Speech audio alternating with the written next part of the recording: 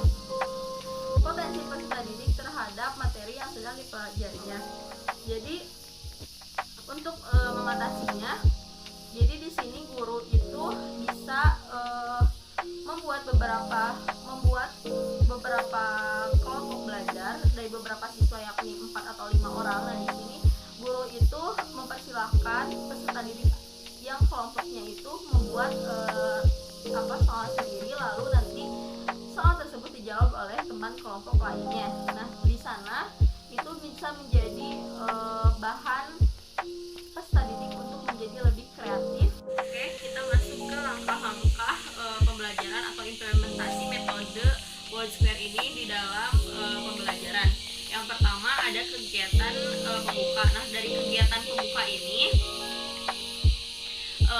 ada orientasi dan apersepsi. Nah, di orientasi ini nanti saya akan mengucapkan salam kepada peserta didik. Kalau peserta didiknya menjawab, lalu saya akan mengecek kebersihan kelas, lalu setelah itu saya mempersiapkan peserta didik atau wakil ketua muridnya untuk berdoa. Nah, setelah itu saya akan melakukan absensi untuk mengecek siapa saja yang hadir di proses belajar mengajar kali ini. Lalu selanjutnya ada apersepsi. Nah, apersepsi itu ada penguatan materi yang sudah dipelajari sebelumnya, dan saya juga menjelaskan tentang materi yang akan dipelajari pada pertemuan hari ini. Lalu selanjutnya ada di kegiatan inti. Lanjut ke kegiatan inti. Di dalam kegiatan inti ini saya akan menampilkan PowerPoint. Nah, dalam PowerPoint ini berisi gambar, materi, dan video. Jadi di dalam gambar itu nanti siswa mengamati gambar-gambar dan bisa juga menjadi stimulus siswa untuk memberikan pemahaman lebih terhadap materi yang dipelajari. Lalu ada materi. Nah, materi yang akan saya sampaikan yakni mengenai materi tentang kelangkaan sebagai permasalahan ekonomi. Nah, kenapa sih permasalahan atau kelangkaan bisa menjadi permasalahan ekonomi? Nah, kelangkaan itu timbul dari jumlah barang yang terbatas sementara keinginan manusia yang tiada batasnya. Lalu selanjutnya ada macam-macam kebutuhan. Nah, macam-macam kebutuhan ini ada 4 macam jenis. Yang pertama, kebutuhan berdasarkan intensitasnya. Nah, kebutuhan berdasarkan intensitasnya itu terbagi menjadi 3, yakni ada kebutuhan primer, sekunder, dan tersier. Nah, kebutuhan primer ini adalah kebutuhan pokok. Jadi kebutuhan pokok ini adalah kebutuhan yang harus dipenuhi oleh individu dalam mempertahankan kehidupannya.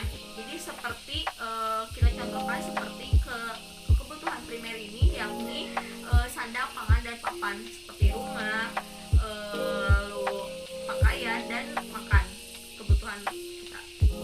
Lalu selanjutnya ada kebutuhan sekunder. Nah, kebutuhan sekunder ini bisa terpenuhi jika kebutuhan primer itu dapat terpenuhi. Jadi setelah kebutuhan primer terpenuhi, lalu ada kebutuhan sekunder. Nah, kebutuhan sekunder ini ada contohnya seperti kendaraan dan alat telekomunikasi, yakni HP atau laptop dan lain-lain. Lalu selanjutnya ada kebutuhan tersier. Nah, kebutuhan tersier ini adalah kebutuhan yang terbilang kebutuhan yang mewah. Nah, kebutuhan mewah ini kita contohkan seperti barang-barang branded, berlian, dan lain-lain. Lalu selanjutnya kita masuk ke kebutuhan menurut sifatnya.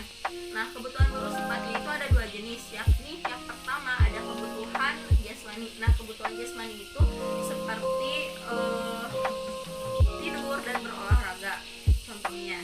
Lalu ada kebutuhan rohani. Nah, kebutuhan rohani itu kebutuhan yang bersifat batiniah atau rohaniah, yakni kita contohkan seperti beribadah dan berlibur.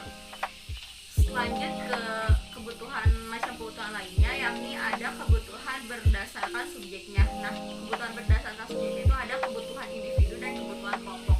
Nah, kalau kebutuhan individu itu adalah kebutuhan yang tidak menyinggung kebutuhan kelompok dan tidak bersinggungan dengan kebutuhan orang lain. Jadi kebutuhan diri pribadi.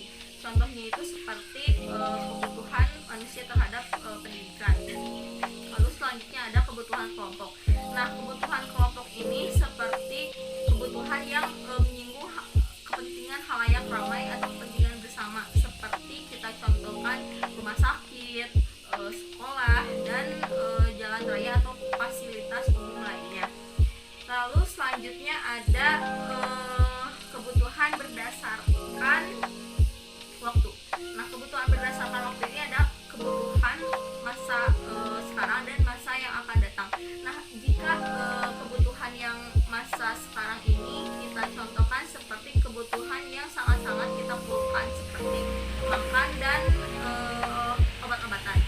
Lalu selanjutnya ada kebutuhan yang akan datang. Nah, kebutuhan yang akan datang ini adalah kebutuhan yang bersifatnya tentang masa depan seperti investasi, tabungan, dan jaminan sosial modal atau kita bisa bilang asuransi, juga itu termasuk akan kebutuhan masa depan. Metode one square ini dijadikan juga guru sebagai alat ukur untuk